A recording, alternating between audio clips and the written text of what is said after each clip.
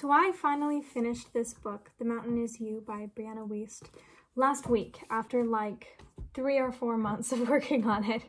There was a couple months there where I just kind of fell out of the habit of reading after lunch every day. So I had like 4 books that I was in the process of reading, and I finally finished like 2 of them so I can move on. Actually, I finished 3.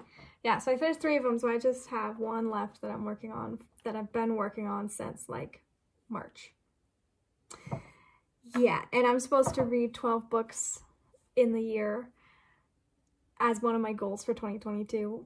And so I'm currently sitting at, let me see, I have it written down here. I have a spreadsheet of all the books that I've read, so I can keep track of how many I've read this year. Okay, 1, 2, 3, 4, 5. Yeah, so I've currently read 5, 3 of which I finished in the last 2 weeks. So I need to read 7 more in the next 4 months or less. Anyways, that is not the point of this video. The point of this video is to talk about this book. So if you follow me on Instagram, you saw the day that I finished it, I posted that I had finished it and that I had been trying to think of a way to describe it the whole time I've been reading it. Like, what do I describe this book as? And I came up with that it's like all your inspirational quotes on Pinterest, but in a book. Not in the way that it's just a bunch of quotes, which the one that I actually started a couple days ago is actually that. The Strength in Our Scars. It's literally just a compilation of quotes from her. It's like that in that every time I picked it up and read it, I felt inspired or had a whoa moment or just some revelation or like, ooh, that's deep, you know? I'm just gonna read the chapter titles for you so you can get kind of an idea of what I mean. And I'm just now realizing it does not have a table of contents. Oh well, I'll just flip through it. Chapter 1 is The Mountain Is You. Chapter 2, There's No Such Thing as Self-Sabotage. Chapter 3, Your Triggers Are the Guides to Your Freedom. Chapter 4, Building Emotional Intelligence. We all know that's important. Chapter 5, Releasing the Past. Up until this point in the book, I was like, okay, yeah, it's good, but I don't know if it's like that good, because I've been getting a lot of book recommendations on Pinterest, like little reels and TikToks and stuff that people had reposted on Pinterest, and this book kept showing up over and over and over in these people compilations of like the top 5 books that you have to read. So I was expecting it to be like really, really good. So up until chapter 5, I was like, yeah, you know, it's okay. But then once I got to chapter 5, Releasing Your Past, that's when it started to hit, and I was like, okay, this, yeah, I understand the hype now. Chapter 6, Building a New Future. Chapter 7, From Self-Sabotage to Self-Mastery. The basic premise of this entire book is kind of within the title and subtitle, which obviously they would try and do that. But anyways, it's basically telling you, you gotta get out of your own way, and here's how to do it. And there were so many moments in here that I was just like, whoa, that is exactly what I needed to hear. And let me actually look up, because I know I've shared several quotes from it on my Instagram over the course of reading it. Okay, here we go.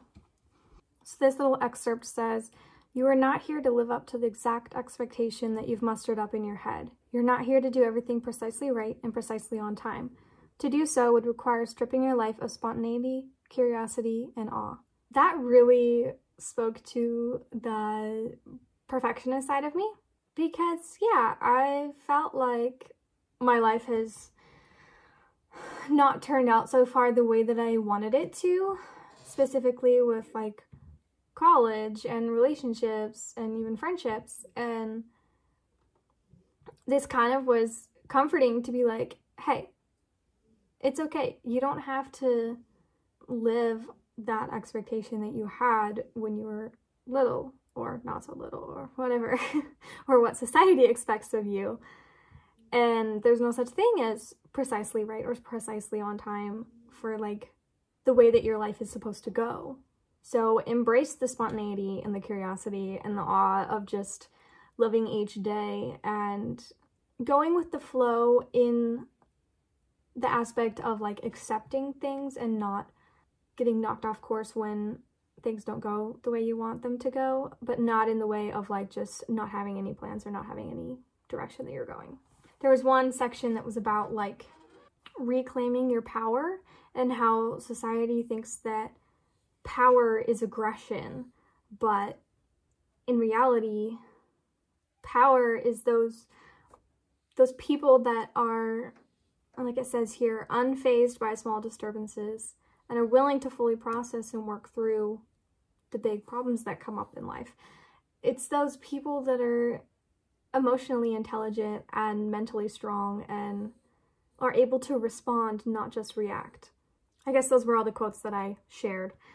But yeah, there were a lot of things in that book that were like, wow, I really needed this, and I'm gonna like go back through and read this book over and over again.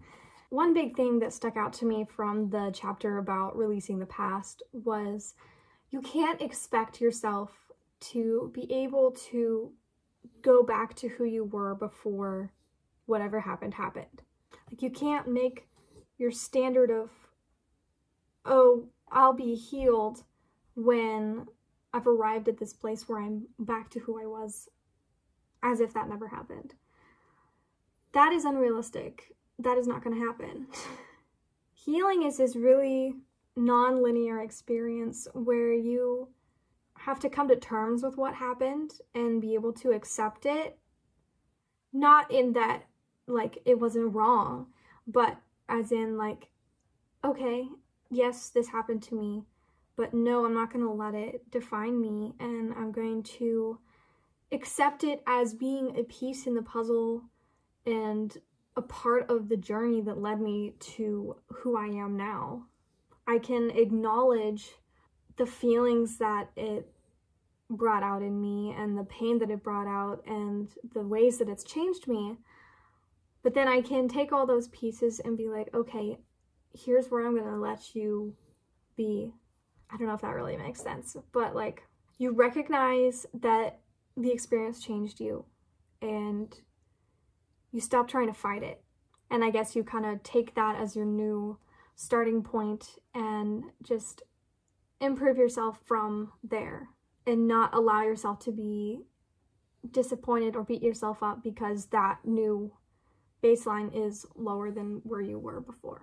So if you have struggled at all with self-sabotage, like really wanting to do something, wanting to chase a dream, or wanting to change, wanting to create a new habit in your life, and you just find yourself sabotaging it maybe before it's even started because you're like, oh, well, this isn't going to work anyways, or whatever thoughts you're having, I highly recommend picking this book up. I got it from Amazon. I think it was like $15 or something. I don't remember. Read it. Let me know what you think. DM me on Instagram. It's linked below. And I think it'll give you some thoughts that will help you get to that spot where you can begin to change. Because that's the whole purpose of books, especially books like these. It's opening your mind up to possibilities and frames of thinking that it has not considered in this season. That's my 5-star review. Highly recommend you go pick it up and read it. Thank you so much for watching, and I'll see you right back here next Wednesday with another video.